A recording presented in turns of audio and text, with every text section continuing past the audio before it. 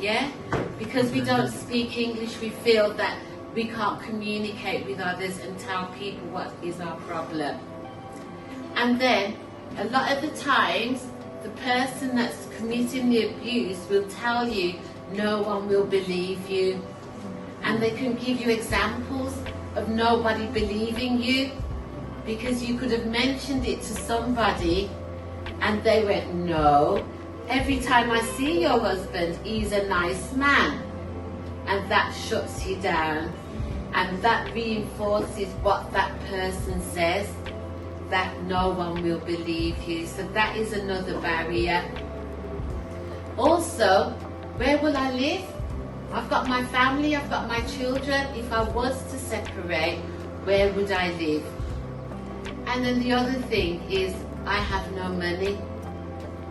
I'm working, but all my money goes to him. I'm not working. I don't know what benefits I'd be able to get. So these are huge barriers for any woman, but I think for women from Global Majority, it's even bigger because you don't know where to start. And then another barrier for some people is religion.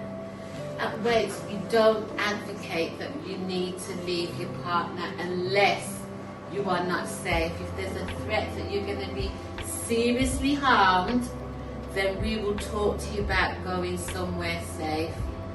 We've worked with the Chinese community since 1999, and a lot of those women are Christian, so they don't believe in divorce. But building their confidence, helping them to know what their rights are, so if they are in a conversation with their partner, they're on an equal footing. And that's been able to change some relationships. So we're not about splitting up families. It's what do we need to do to keep that family safe, is where we come from.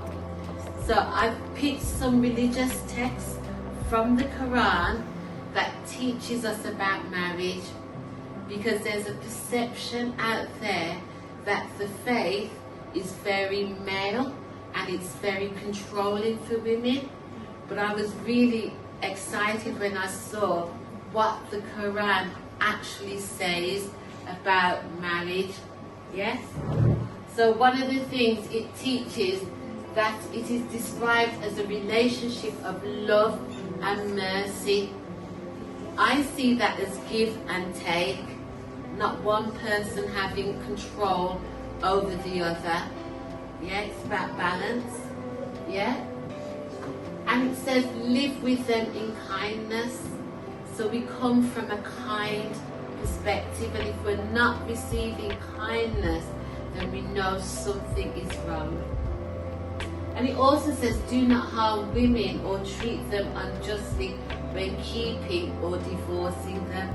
There are some relationships that just can't work, and no matter how you try to make it work, it can't work.